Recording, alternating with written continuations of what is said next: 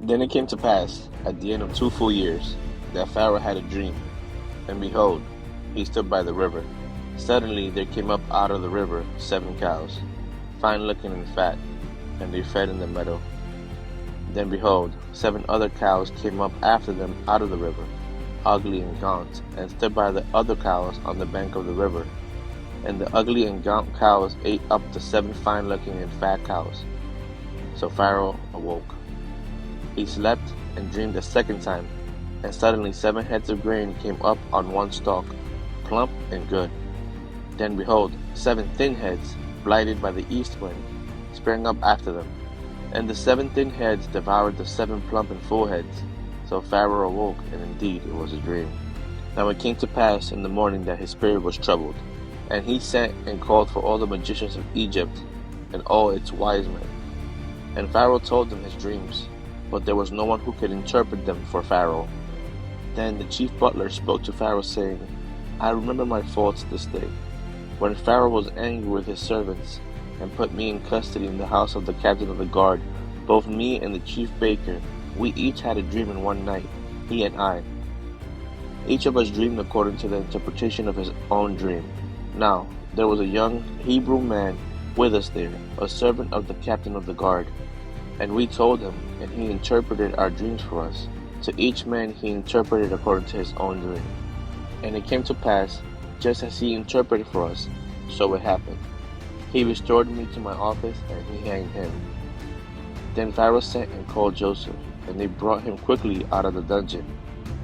And he shaved, changed his clothing, and came to Pharaoh. And Pharaoh said to Joseph, I have had a dream, and there is no one who can interpret it. But I have heard it said of you that you can understand a dream, to interpret it. So Joseph answered Pharaoh, saying, It is not in me. God will give Pharaoh an answer of peace. Then Pharaoh said to Joseph, Behold, in my dream I stood on the bank of the river. Suddenly 7 cows came up out of the river, fine looking and fat, and they fed in the meadow. Then behold, 7 other cows came up after them, poor and very ugly and gaunt, such ugliness as I have never seen in all the land of Egypt. And the gaunt and ugly cows ate up the first 7, the fat cows.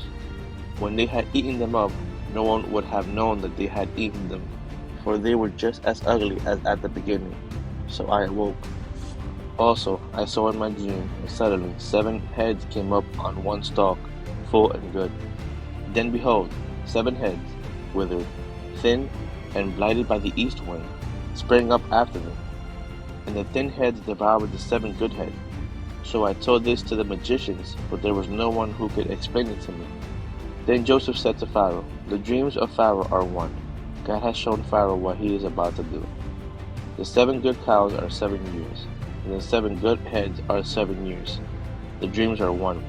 And the 7 thin and ugly cows which came up after them are 7 years. And the 7 empty heads blighted by the east wind are 7 years of famine. This is the thing which I have spoken to Pharaoh. God has shown Pharaoh what he is about to do. Indeed, 7 years of great plenty will come throughout all the land of Egypt.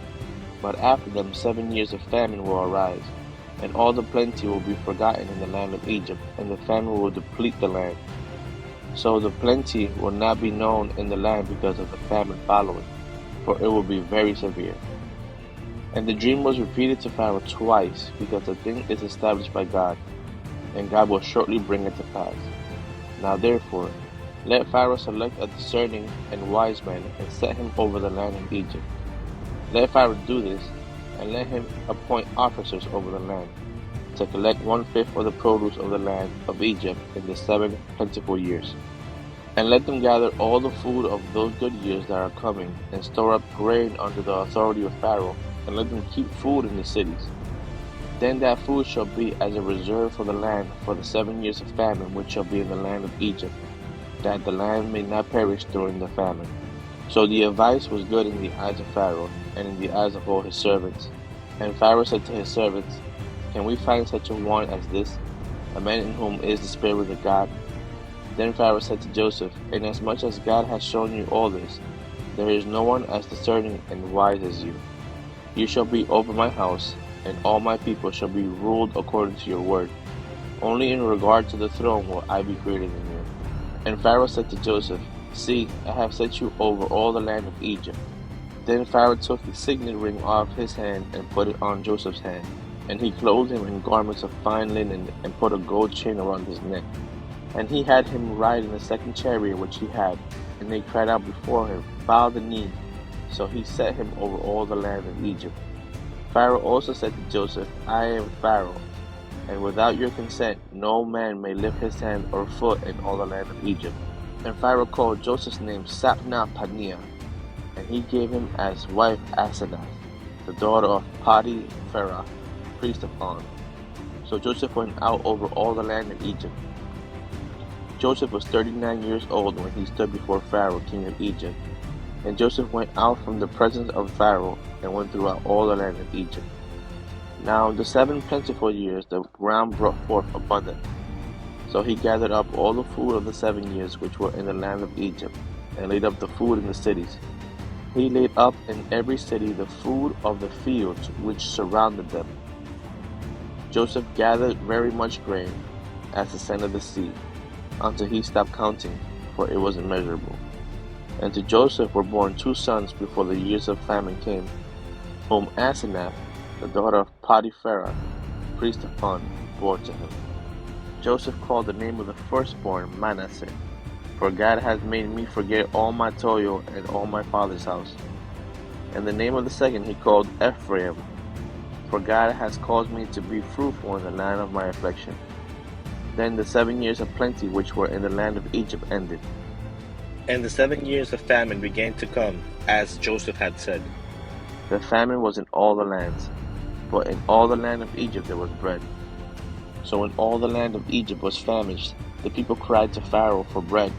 Then Pharaoh said to all the Egyptians, Go to Joseph, whatever he says to you, do. The famine was over all the face of the earth, and Joseph opened all the storehouses, and sold to the Egyptians. And the famine became severe in the land of Egypt. So all the countries came to Joseph in Egypt to buy grain, because the famine was severe in all the lands.